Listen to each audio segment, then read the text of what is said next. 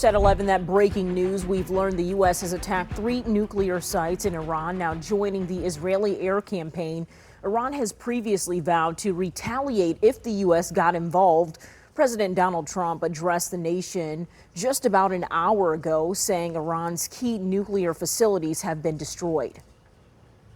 Our objective was the destruction of Iran's nuclear enrichment capacity and a stop to the nuclear threat posed by the world's #1 state sponsor of terror.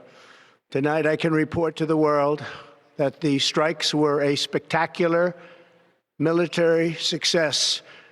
Iran's key nuclear enrichment facilities have been completely and totally obliterated. Iran, the bully of the Middle East, must now make peace. If they do not, future attacks will be far greater and a lot easier. I want to thank and congratulate Prime Minister Bibi Netanyahu. We worked as a team like perhaps no team has ever worked before, and we've gone a long way to erasing this horrible threat to Israel. I want to congratulate the great American patriots who flew those magnificent machines tonight, and all of the United States military on an operation the likes of which the world has not seen in many, many decades. Hopefully, we will no longer need their services in this capacity. I hope that's so. The president posted to Truth Social hours ago that the U.S. carried out a, quote, very successful attack on several nuclear sites in Iran, and you just heard him say it there. He says military planes dropped bombs on 3 sites, including Fordow, Natanz, and Esfahan. The U.S. planes are now safely outside Iran's airspace. The military action came just a day after the president said he was giving Iran 2 weeks to negotiate an end to its nuclear program. But instead, the U.S. struck the nuclear sites to support Israel after its attack on Iran that started the back-and-forth strikes. We want to turn it over to ABC's Marcus Moore with the latest on this breaking development. Just hours after announcing the U.S. successfully struck 3 nuclear facilities in Iran, President Trump addressing the nation this evening. Our objective was the destruction of Iran's nuclear enrichment capacity and a stop to the nuclear threat posed by the world's #1 state sponsor of terror. Tonight, I can report to the world that the strikes were a spectacular military success. Last Thursday, President Trump had set a 2-week deadline to decide whether the U.S. would join the Israelis and help strike Iran's nuclear facilities. But the president and his national security team opting to carry out this military operation now. We lost over 1,000 people, and hundreds of thousands throughout the Middle East and around the world have died as a direct result of their hate. I decided a long time ago that I would not let this happen. It will not continue. This comes after sources told ABC News multiple B-2 stealth bombers were headed to Guam.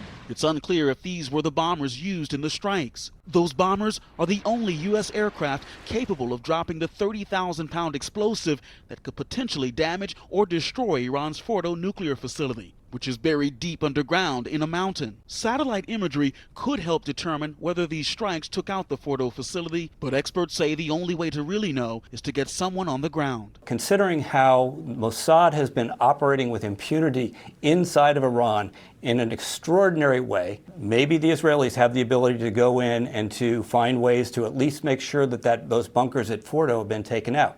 And now concerns over Iran's promised retaliation. The State Department says it has been evacuating U.S. diplomats and their families who wish to leave the region. Iran's Supreme Leader Ayatollah Khamenei had already threatened retaliation against the U.S. if it attacked Iran.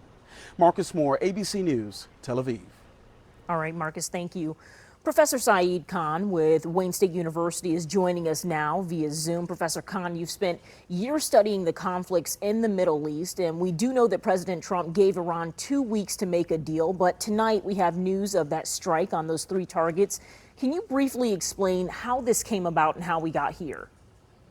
Well, before he gave Iran 2 weeks to comply with the deal, it's important to remember that the United States and Iran were directly negotiating to resurrect a nuclear deal that had been, in fact, successfully codified by then President Obama. We found that President Biden also was trying to jumpstart the nuclear deal after then, in his first term, President Trump had essentially ripped it apart.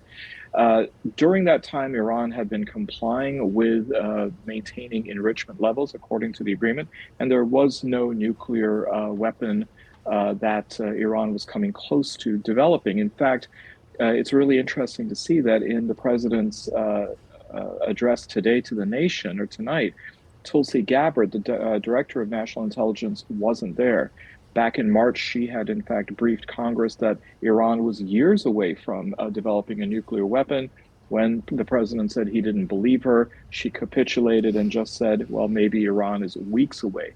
But we really don't know what the situation was regarding Iran's capability. All we do know is that Iran did not pose a direct threat to the United States, but the United States did essentially attack a sovereign nation that did not pose a threat to it.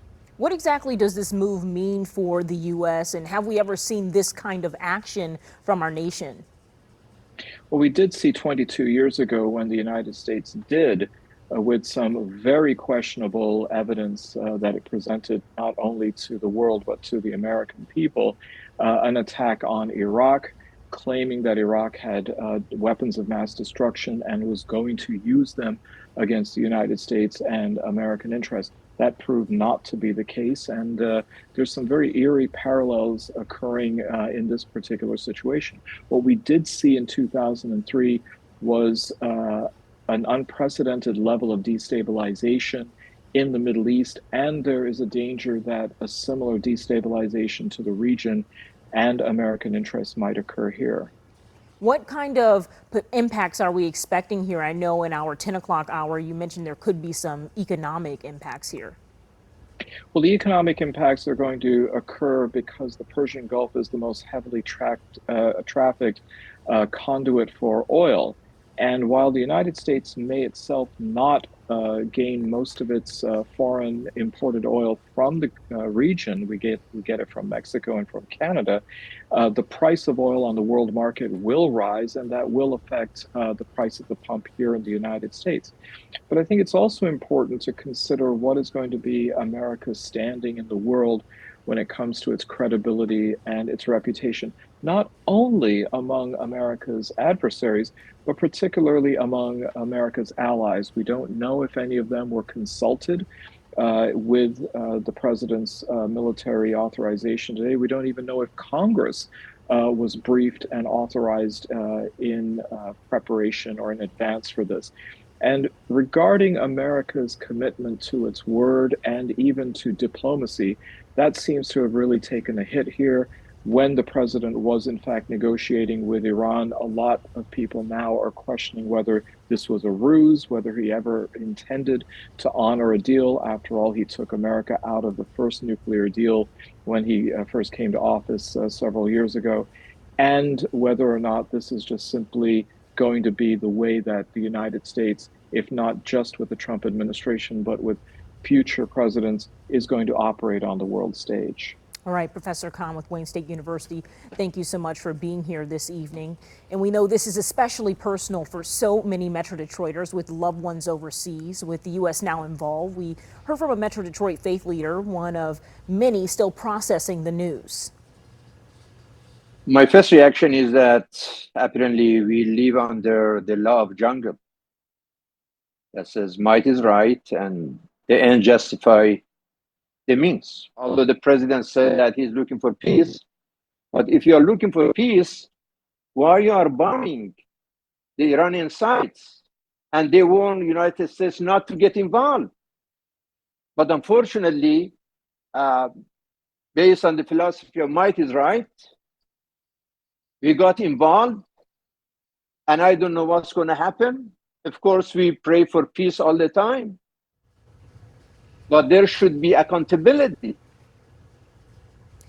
And stay with 7 News Detroit here on air and online as we continue to follow the very latest on U.S. involvement in the Israel-Iran conflict. We'll be hearing from more Metro Detroiters and faith leaders in the coming days.